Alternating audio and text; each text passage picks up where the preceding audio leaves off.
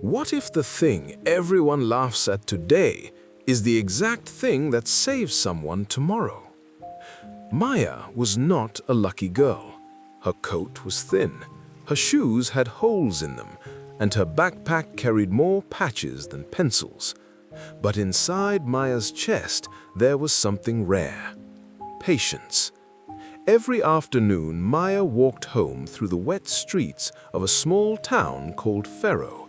People rushed past her with grocery bags and tired faces. Nobody noticed the quiet girl standing outside an old violin shop. The shop was called Anwar's Strings.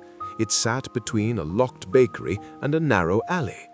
Every day, Maya stopped at the window and stared at the violins hanging inside. Not the toys next door, not the sweets across the street, just the violins. Because Maya had one small dream: she wanted to play. Her father worked nights at the train yard. Her mother had passed away 2 winters ago. Some evenings, dinner was just bread, but Maya never complained. She never asked, "Why me?" She just kept watching, kept hoping. Inside the shop lived an old man named Mr. Anwar. His hands smelled like wood polish and rosin. At first, he only noticed Maya from a distance, standing outside day after day. One evening, as he locked up, he stepped outside. "Child, why do you stand here every day?" Maya looked down. "I just like looking at them." Mr. Anwar studied her worn shoes. "Do you want to try one?" Maya's head lifted. "Can I?"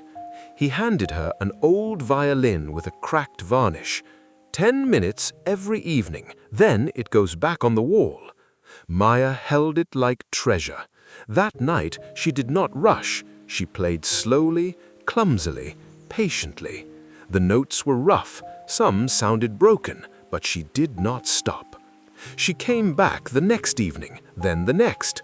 Rain or cold, tired or hungry, she came every day for her 10 minutes. Some of her school kids saw her through the glass and laughed. "Maya thinks a cheap violin will make her special." Her chest ached, but she said nothing. She just held the bow tighter. Because patience does not always look impressive from the outside. Sometimes it looks like silence. Sometimes it looks like showing up when nobody's clapping. Weeks passed. Mr. Anwar let her sit by the back workbench. Then he taught her to tune old strings, to clean the wood, to read simple notes. Maya did every task with care.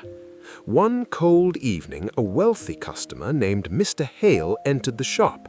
He saw Maya cleaning a violin and frowned. "Anwar, why let a poor girl work in your shop? Customers will think this place is charity." Mr. Anwar answered calmly, "This girl respects music more than most people who can afford it." Mr. Hale scoffed, "Respect doesn't change where you end up." Mr. Anwar looked at Maya. "No, but patience does." That winter turned harsh. Maya's father grew sick. There was barely any money. Still, every evening she came to the shop, hands shaking from cold, and played her 10 minutes. One stormy night, the streets emptied fast. Maya left the shop, but something felt wrong. She waited under the awning. Then she heard it, a heavy thud from inside. Mr. Anwar was on the floor. The door was locked. She banged on the glass, shouted his name, but the storm swallowed her voice. She ran 2 streets over to a pharmacy still lit, screaming for help. They broke the side door. Mr. Anwar was breathing, but barely. The doctor later said 10 more minutes would have been too late. When he woke in the hospital, his first question was, "Where's Maya?"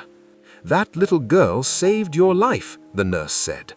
After he recovered, Mr. Anwar offered Maya a real job at the shop, not charity, real work. He taught her scales, technique, and confidence at the back table every evening. Years passed. Maya grew steady and strong, but never proud. Even when she won her first competition, she stayed humble. Even when the same kids who mocked her asked for lessons, she taught them without a single word about the past. One day a letter arrived. A conservatory in the city had accepted her, full scholarship. Mr. Anwar smiled with wet eyes. You didn't just wait, Maya. You kept getting ready. That's what people forget. Patience isn't sitting still. It's working when nobody's clapping. Years later, Maya returned to Pharaoh, not with pride, but with purpose. She opened a small practice room inside the old shop for kids who couldn't afford lessons. Above the door, she placed a small sign. Don't be ashamed of slow progress. Be afraid only of giving up. One evening, a boy with torn shoes stood outside, staring at the violins, too afraid to enter. Maya opened the door. Do you want to try one? The boy blinked. Can I? Maya smiled because she remembered exactly what those words once did for her. If this story reminded you that quiet effort is still effort, give it a like, drop a comment, and share it with someone who's still waiting for their door to open.